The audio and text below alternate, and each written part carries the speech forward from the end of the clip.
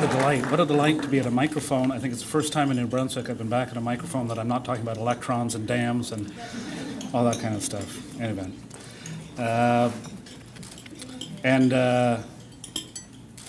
Equally delightful to be here. You might have noticed, I should say, point out, this looks like a guy who's really at the cutting edge, right? None of this paper note stuff, got it on my iPad. You think this is a real technologically adept person. Well, the reality is, I brought my laptop. I've got a printer here in Fredericton. I couldn't get the darn things to work together, so I wrote it on my iPad so I could come and speak to you. I'm really delighted to be here tonight to accept this recognition.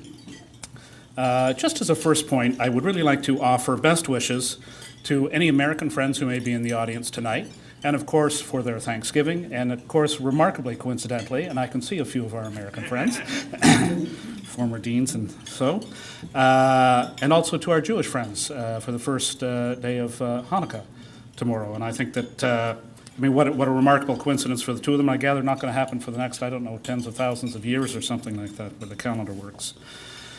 I am particularly pleased to have my dear wife, Jane, here tonight, and that we could both be here.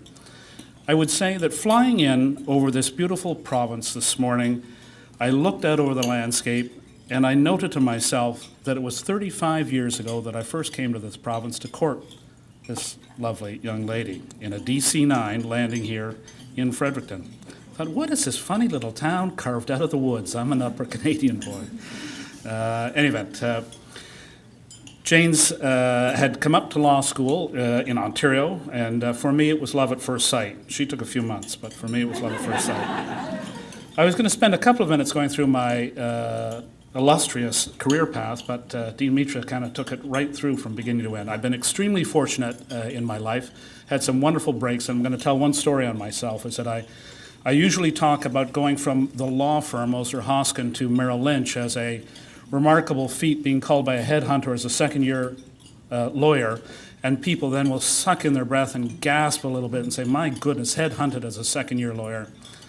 And in recent years, I've begun to tell the truth. The truth was I was headhunted, but it was a cold call from a headhunter into the switchboard of Moser Hoskin and Harcourt.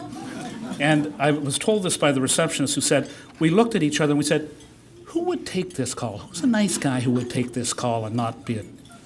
And that was David Hay.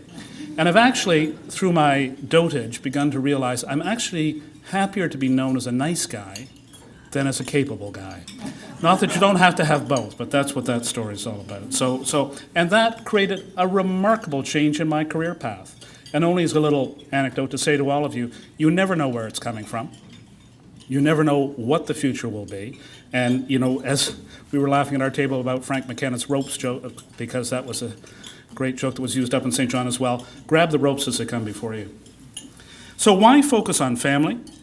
I would say for myself, because it was through Jane's encouragement and support that we came to Fredericton to raise our family in 1995. Now scattered between here and Toronto, we all still consider Fredericton to be home, and that coming from Upper Canadian. And it was in this wonderful city, coming from London, England, that we discovered balance. And it's through balance that allows you to see beyond the tunnel walls that we all live and operate in, and understand that there might be more things to do. With that balance, I began to search out ways that I could give back to the community through my involvement at the Beaverbrook Art Gallery, Speed Skating Association, PSSAs, various organizations, and right through to University of New Brunswick. I was introduced to Barry Bisson, who you may know used to run the J. Herbert Smith Center in the Faculty of Engineering, and I spent a number of years teaching a course on entrepreneurial finance with Barry. And I just always love being in front of students because it just keeps you on your toes all the time. At the same time, very dear friends of ours who are here tonight, Bob and Ellen Mayer, who you all know maybe better than we do, although I'm not sure. We know them pretty well. Bob and Ellen Mayer were friends from the time we came to Fredericton, started encouraging me to come into the business faculty and administration and start teaching and explaining at least some of my background, what people seemed to think at that time was the realities of the business world. And then, of course, as you've heard with Glenn Cleland, Glenn is a non-stop promoter. I'm surprised you're not in the penny stock business, actually, Glenn. You're just a non-stop promoter. He found me used me with his students, and in particular, asked for my help in getting students potentially into, the great Bay Street of Toronto, and the Student Investment Fund students. And they are all terrific. Come by every year to talk, and it's just fantastic. What I can tell you from my recent time back on Bay Street, is that there is no lack of talent in Atlantic Canada that can compete on Bay Street. But finding the hole or the holes to squeeze through to get into those roles is as tough or maybe tougher than it's ever been. It is an extremely competitive world. One fellow who joined us a year and a half ago, Sam Imbo, I don't know if anybody here knows him. Sam was not a UNB fellow, but he's a Mount A undergrad business student. Came in, and I would say I put a little shoulder to it, not that I have much influence on it, but to try and get Sam in because I knew of his background. And Sam came in, and of course, I mean, well, let's be frank, the Upper Canadians, there was a little bit of a raised eyebrow. Okay, let's try this. He has blown the socks off the people at CIBC in the investment banking business. Tireless, smart, intuitive, friendly, the whole thing. They can't believe the package. Just doing a great job. So it can be done. In any event, I'll close with a little story about a person who was a remarkable influence on me, and that was my father-in-law, Alan Sinclair, who taught for many, many years here in the Faculty of Law. I remember having a dinner one time with my young wife at the time, my mother-in-law, Vern, and Alan, and I, as a sort of mid-20s guy with a job, I thought, I'm going to grab the check and show them that, I can do this. And Alan ripped the check out of my hand, and he said, nope.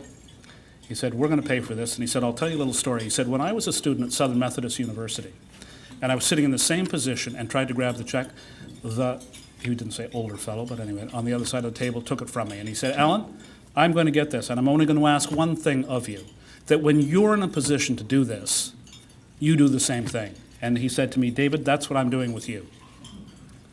And the message to me was, when you can, you should do, and you should give back. And coming to Fredericton, finding that balance in life allowed me to turn the tables and start helping and giving back through Glenn, through UNB, through the faculty. So that's it. Thank you very much.